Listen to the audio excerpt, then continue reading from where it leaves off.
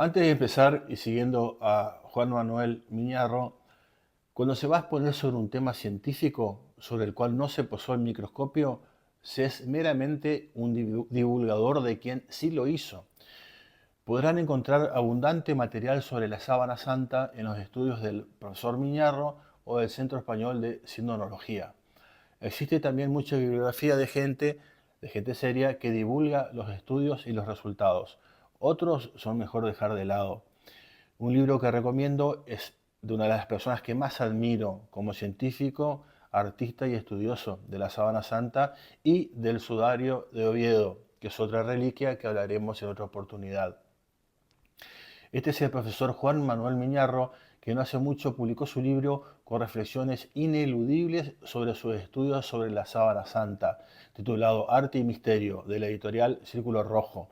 Lo pueden conseguir por Amazon a un precio de 25 euros aproximadamente. Hechas estas aclaraciones, vamos de lleno al tema de hoy. La Sábana Santa de Turín sigue siendo, hasta los días de hoy, uno de los misterios más apasionantes de la historia del cristianismo. Y se podría decir, sin ninguna exageración, que también es uno de los grandes enigmas de la humanidad. Se trata de un lienzo de lino de más de 4 metros de largo por 1 de ancho, que muestra la imagen de un hombre con marcas que coinciden con las heridas descritas en los evangelios sobre la pasión de Cristo.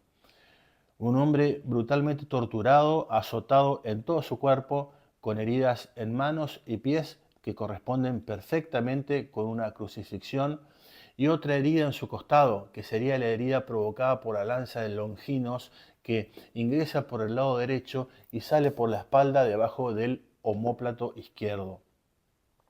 Es increíble, ¿sí? Pero toda esta información está presente en la Sábana Santa y mucho más. Durante siglos, millones de personas han creído que este lienzo envolvió el cuerpo de Jesús tras su crucifixión. Sin embargo, la ciencia moderna ha oscilado entre el escepticismo y el asombro, intentando explicar cómo se formó esa imagen misteriosa que parece flotar sobre las fibras del tejido. La sábana custodiada en la Catedral de San Juan Bautista en Turín, Italia, ha sido sometida a numerosos estudios científicos. En 1988, 3 laboratorios realizaron la famosa prueba del carbono 14, que fechó la tela entre los años 1260 y 1390 después de Cristo. Parecería el fin del misterio. Se trataba de una falsificación medieval. Pero el tiempo dio paso a la duda.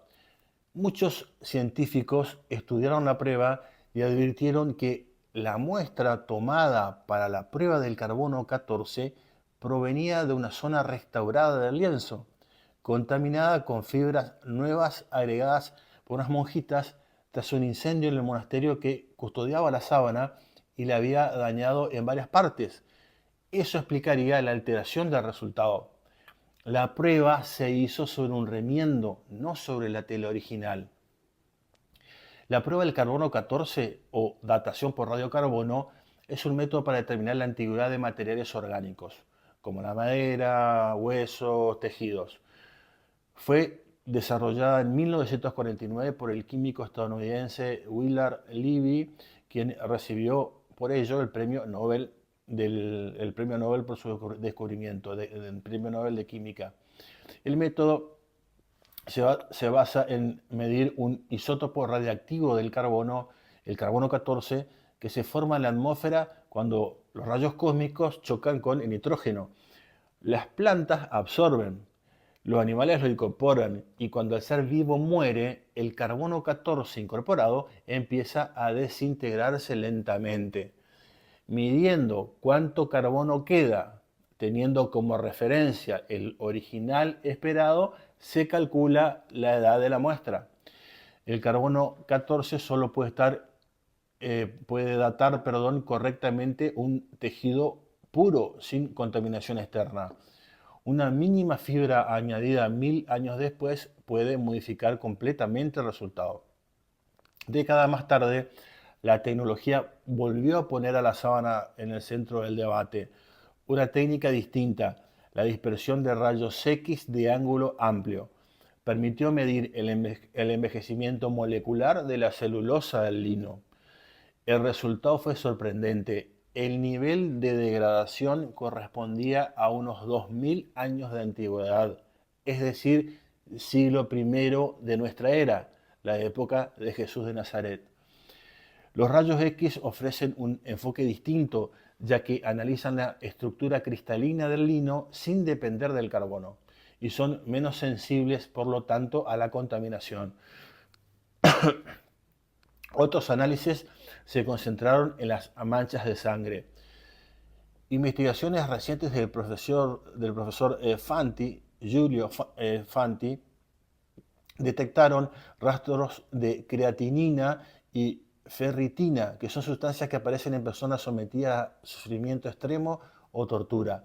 Las manchas presentes en la sábana coinciden con heridas de flagelación, coronación de espinas, clavos en manos y pies y la lanzada en el costado, tal como relatan los evangelios. La historia moderna de la sábana comenzó en 1898. Cambió para siempre la mirada del mundo.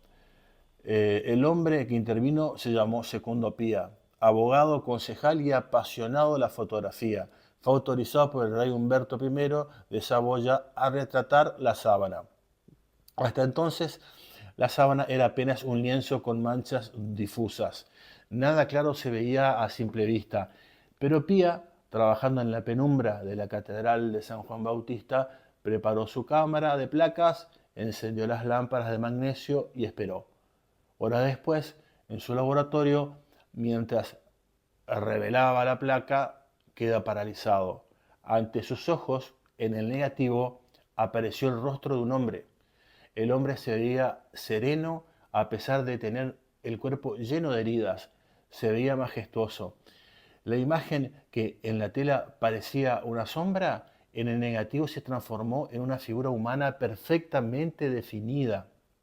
Secondo Pía llamó inmediatamente a un amigo que también era un fotógrafo apasionado y le mostró el resultado del revelado. Su amigo, asombrado, manifestó que eso no podía ser y pidió ver el negativo fotográfico. Cuando Secondo Pía le dice el negativo es la sábana, a su amigo se le aflojaron las piernas. Es cierto que la sábana no es un negativo fotográfico propiamente dicho. Sin embargo, lo que Secondo Pía quiso decir es que se comportaba como tal, asombroso, inexplicable y a la vez imposible. Pero sin embargo, ahí está. A partir de entonces, la ciencia se volcó a estudiarla. Los investigadores identificaron 3 tipos de huellas de azotes. El tipo 1 muestra 2 o 3 círculos unidos por una barra, típico del Flagrum taxillatum romano, un látigo con bolas metálicas o huesos en las puntas. En total se contaron unas 115 marcas, equivalente a entre 40 y 60 golpes. Esto se da que cada golpe con el flagrum dejaban al menos 3 heridas, y quienes flagelaron a Jesús fueron 2 soldados o más que se iban turnando. Cada golpe desgarraba su cuerpo dejando 3 surcos. La flagelación romana era de una crueldad tal que los ajusticiados muchas veces no soportaban el suplicio y morían ahí mismo. Esto explica que cuando hicieron cargar la cruz a Jesús cayera tantas veces, y al final tomaron a Simón de Cirene para que lo ayude con la cruz rumbo al Gólgota, donde sería crucificado. La flagelación lo había agotado, había perdido mucha sangre, estaba deshidratado, casi moribundo, sin contar con el dolor inexplicable que debía sentir en todo su cuerpo destrozado. En la sábana, las heridas de clavos en las muñecas, el flujo de sangre por gravedad y las lesiones en los pies, uno sobre otro, atravesados por un clavo, coinciden con la posición en cruz. Las abrasiones en hombros y en las rodillas concuerdan con caídas al cargar el madero. Y la herida del costado derecho, entre la quinta y sexta costilla, mostró salida de sangre y suero, perforación post-mortem por lanza romana.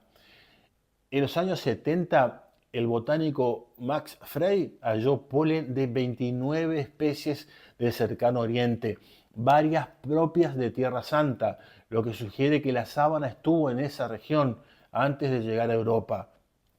Otros estudios detectaron microtrazas de carbono cálcico en formas de aragonito, especialmente en la zona de los pies y rodillas.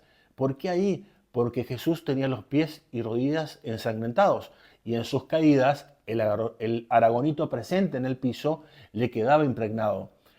Y un hallazgo clave, en toda la tela no hay un solo pigmento, un solo colorante ni un solo trazo de pincel.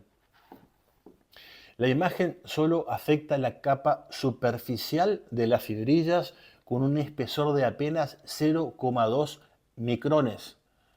Volvemos a lo mismo, esto no puede ser explicado por la ciencia, que concluye simplemente diciendo no es posible. En 1976, un grupo de científicos introdujo una fotografía de la sábana en un escáner de análisis tridimensional llamado BP8. Y el resultado también los dejó sin palabras. La imagen no era plana, como si fuese una pintura. Tenía profundidad y volumen. Cada variación de luz correspondía a una distancia real, como si la tela hubiese registrado el relieve de un cuerpo humano. Esa codificación tridimensional, única en el mundo, fue confirmada por el equipo STARP, que es el que realizó el estudio. Ninguna pintura, fotografía ni falsificación ha logrado reproducirla jamás. Los científicos concluyeron que la intensidad de la imagen disminuye según la distancia entre el cuerpo y la tela. Algo, una forma de energía aún desconocida habría actuado sobre las fibras del lino. Para la fe, ese destello de energía inexplicable para el ser humano se produjo al momento de la resurrección de Cristo.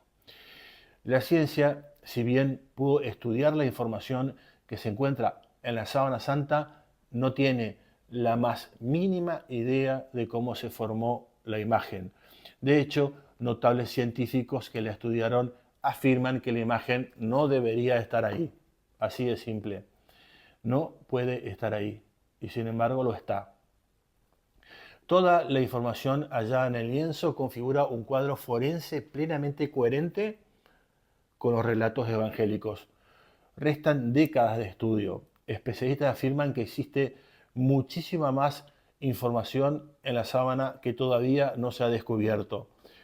¿Cómo está ahora la sábana? Está almacenada bajo condiciones controladas, vidrio antibalas, gases inertes, control de humedad y temperatura. El tejido sufrió daños históricos. En 1532, un incendio en Chamberí provocó que gotas de plata fundida perforaran capas dobladas del sudario, dejando marcas simétricas que luego fueron reparadas. Este hecho fue lo que hace que el carbono 14 arroje una fecha errónea. Los científicos que pudieron estudiar la sábana santa tuvieron solo 5 días para hacerlo. Si en tan poco tiempo se obtuvo tanta información asombrosa, ¿qué ocurriría si se dejase a la comisión de científicos dedicados al estudio de la sábana analizarla nuevamente?